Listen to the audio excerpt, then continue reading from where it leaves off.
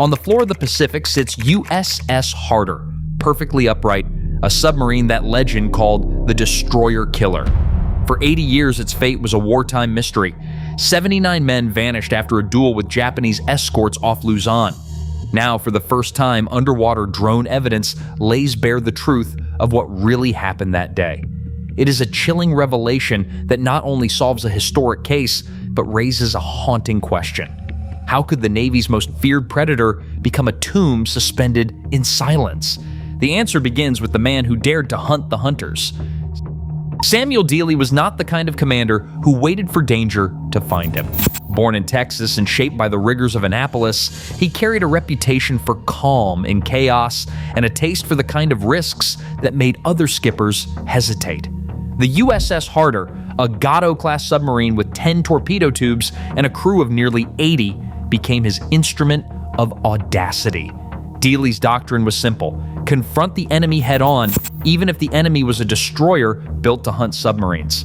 His signature move, what the men called the down-the-throat shot, was as straightforward as it was terrifying.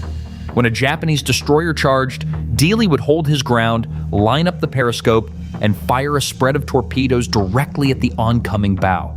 The odds favored the destroyer, a narrow target, seconds to react, and a submarine exposed at shallow depth. But Dealey made it work again and again. He did not just survive these encounters, he turned them into victories. During Harder's fifth patrol, Dealey's aggressive tactics reached their peak. In less than a week, between June 6th and 11th, 1944, Harder sank 3 Japanese destroyers and crippled 2 more, all while dodging counterattacks that would have ended most submarines. The crew adopted a new motto: hit 'em harder. Each kill was a message. No escort was safe, not even the hunters. Dealey's style inspired fierce loyalty from his men. They trusted him because he never flinched, even when the odds closed in. The submarine's reputation spread through the fleet and into the enemy's war rooms. Harder was no longer just a threat, she was a target. As the summer of 1944 wore on, every patrol carried the knowledge that the next encounter might be the last. For Dealey and his crew, the line between hunter and hunted had never been thinner. Word of Harder's streak spread like wildfire through both navies. In the space of just 4 days, the submarine sent 5 Japanese destroyers to the bottom, an achievement no other American boat could claim. Patrol records and after-action reports tallied the toll. Minazuki, Hayanami, Tanakaze, and 2 more escorts all sunk or left burning. For crews on other submarines, Harder became the yardstick for daring. For Japanese captains, her name meant trouble. Convoy commanders rerouted ships, destroyer crews doubled their watches, and enemy radio traffic bristled with warnings about a single submarine that seemed to appear out of nowhere and strike with surgical precision. The impact was felt far beyond the immediate battles. Harder's attacks forced Japanese fleet movements, delayed convoys, and rattled the confidence of escort groups who were supposed to be the hunters. The boat's battle flag grew crowded with new symbols, each marking another kill. In the words of the Medal of Honor citation awarded to Commander Dealey, Harder had repeatedly penetrated heavy anti-submarine screens to strike devastating blows at Japanese shipping. But it wasn't just Dealey's name in the record books. The entire crew earned the Presidential Unit Citation for their gallant fighting spirit and devotion to duty. Each man aboard knew the odds. Every patrol meant rolling the dice, yet they pressed on, loading torpedoes, tracking targets, and trusting the man at the periscope. The legend of the Destroyer Killer was sealed not in one dramatic moment, but in the relentless grind of patrol after patrol, each more dangerous than the last. By midsummer 1944, Harder was more than just a submarine. She was a symbol of American audacity, of the razor-thin line between victory and loss, and of the price paid by those who chose to fight in the deep. On both sides of the Pacific, her reputation had become a living warning. Nowhere was safe, not even for the hunters. Dawn broke over the South China Sea with Harder submerged, running silent, every man at his station. The sonar operator tracked the low thrum of a Japanese escort vessel, CD-22, cutting across the submarine's path. In the control room, Dealey ordered periscope depth, scanning for the telltale silhouette of a hunter. The tension was thick. The enemy was alert, zigzagging, searching for any sign of a submarine. Harder's fire control team worked quickly, plotting range and bearing, calculating the spread. 3 torpedoes were loaded into the forward tubes, gyro angle set, firing data punched into the torpedo data computer. There was no room for error. The attack geometry was tight, a closing target, shallow water, and the enemy sonar sweeping the area. The order came. Fire 1, fire 2, fire 3. Compressed air hissed, and the torpedo shot out, leaving vapor trails in the cold Pacific. For a few seconds, the only sound was the ticking of the torpedo data computer and the distant churn of CD-22's propellers. Then, through the periscope, the escort veered hard, engines roaring as it turned to comb the torpedo tracks. All 3 missed. On the bridge, the Japanese captain had read the attack perfectly, maneuvering his ship out of danger. In the control room, the crew braced for the inevitable. The hunter had become the hunted. Depth gauges flickered as Dealey ordered a dive. The crew rigged for silent running, shutting down unnecessary systems, whispering orders, hands slick with sweat. The fire control party stood by, knowing the enemy would be closing fast, ready to drop a pattern of depth charges right over their last known position. In those cramped steel compartments, every man understood what came next. The attack had failed. The margin for survival narrowed to seconds. All that was left was to wait for the counterattack. The first depth charges hammered the water just seconds after USS Harder's torpedoes missed their mark. In the cramped sound room of USS Hake, a junior operator pressed his headphones tighter, straining to make sense of the chaos reverberating through the Pacific. The Japanese escort CD-22 unleashed a pattern, 15 charges in rapid succession, each one a concussive drumbeat that rolled through steel and bone alike. Hake's logbook entry for August 24, 1944 is spare but chilling. It reads, "Heard 15 depth charge explosions astern, all close. Then silence. Inside USS Harder, there would have been no warning, just the rising whine of screws overhead, the faint click of relays, and then a wall of sound. Depth charges are designed to kill by pressure, not shrapnel. The water transmits the shock in all directions, slamming hull plates and snapping welds. At close range, the force is enough to buckle a submarine's pressure hull, crush bulkheads, and flood compartments in seconds. The men aboard had drilled for this, rig for silent running, brace for impact, trust the steel. But there is a threshold beyond which no preparation matters.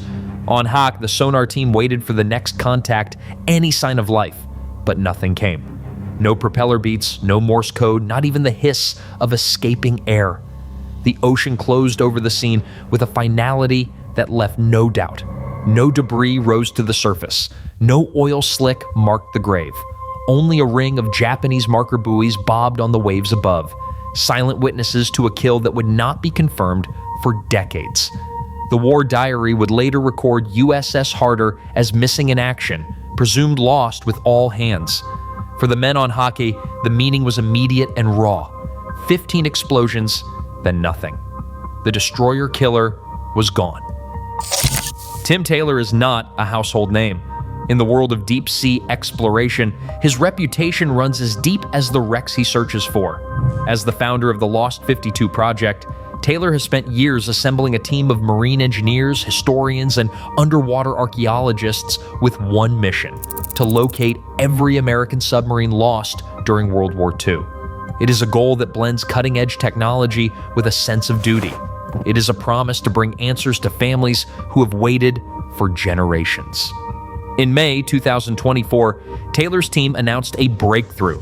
After months of careful research and weeks at sea, they pinpointed a sonar anomaly off the coast of Luzon, right in the waters where the USS Harder vanished 80 years earlier.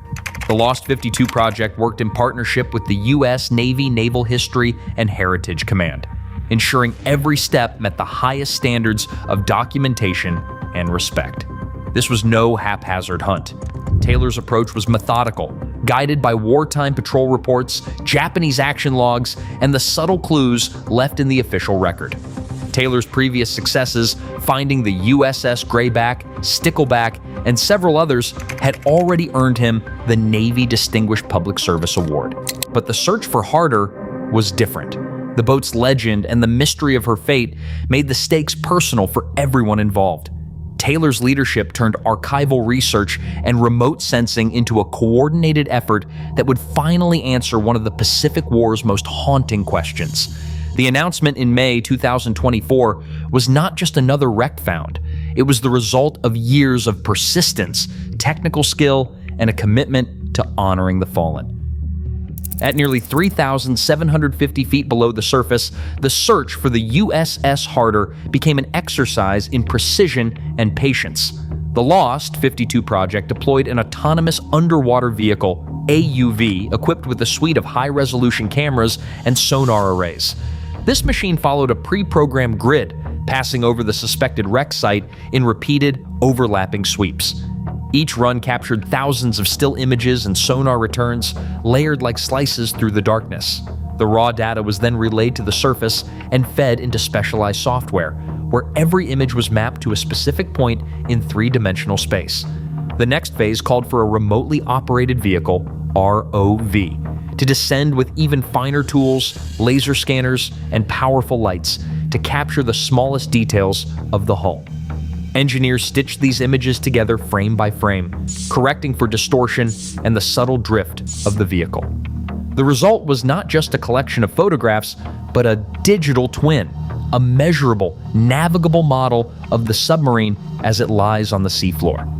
This 4D photogrammetry process allows investigators to rotate, zoom, and analyze every inch of the wreck, measuring blast patterns and hull deformation with millimeter accuracy. At this depth, the clarity of the model transforms the wreck from a distant rumor into a concrete artifact. Each pass of the drone adds new layers of information, building a forensic record that can be studied long after the expedition ends. The digital twin is more than a replica. It is the foundation for understanding exactly how the Harder met its fate. The drone's photogrammetry model brings the hull of USS Harder into sharp relief, every inch mapped and measured against the darkness. The most striking feature is a jagged, crumpled zone just aft of the conning tower. Here, steel plating that once formed a smooth curve is buckled inward, torn and folded like tin struck by a giant's fist. The deformation runs across the pressure hull, its edges warped and stressed, with seams forced apart and frame lines distorted. This is not slow corrosion or the gradual crush of depth alone. The geometry tells a different story, a sudden, overwhelming force focused on a single section, powerful enough to collapse the submarine's strongest defenses in an instant. The damage sits directly above the engine room, where the hull's thickness is greatest and internal frames are densest. Yet the blast has left a ragged wound, the metal peeled back and compressed, with telltale wrinkles radiating from the epicenter. The rest of the boat remains remarkably intact, bow and stern aligned, the keel resting flat on the seabed. There are no signs of a prolonged breakup or violent disintegration. Instead, the violence is concentrated, surgical. This is the signature of a depth charge detonating within lethal range, its shockwave driving straight through the hull and into the heart of the submarine. The evidence is plain. This is where the attack became fatal, where the ocean forced its way inside and sealed the fate of all 79 men. When a depth charge detonates close enough to a submarine's pressure hull, the laws of physics offer no mercy. The blast near Harder's engine room sent a shockwave through steel and water, crumpling the hull inward with a force measured in thousands of pounds per square inch. The pressure hull, designed to withstand the crushing weight of the deep, was no match for the sudden violence of an underwater explosion. In less than a second, the compartment was breached.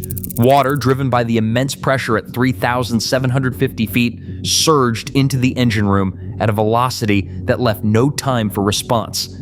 As the aft sections flooded, Harder's buoyancy vanished. The submarine began a rapid, uncontrolled descent. Nose slightly elevated, stern heavy with water. But the hull held together. Instead of tumbling or breaking apart, the boat planed downward, stabilizing as she fell. When Harder struck the seabed, she landed upright, keel flat, bow and stern aligned, as if waiting for a signal to rise again. A forensic specialist explains that the localized damage and intact orientation tell a clear story. The fatal breach occurred in a single, catastrophic moment, not through slow decay or multiple attacks. The sealed hull and absence of external escape attempts suggest that the crew never had a chance to react. The site is not just a relic, it is a tomb protected under the Sunken Military Craft Act.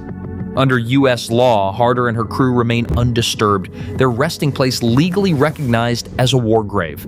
A descendant of a USS Harder crewman who listened in horror to those final depth charges offers a quiet reflection. We always wondered where they went. Now we know. They are still on patrol together. The ocean has kept them sealed in steel and silence, their story finally complete. Today, sonar and robotics let us confront the lost past in chilling detail. As technology uncovers these silent graves, each discovery is not just closure, it is a reminder that the cost of war still rests, undisturbed, on the ocean floor. The sea keeps its secrets, but we decide how deeply we choose to remember. Join the search for what is still missing in the comments below.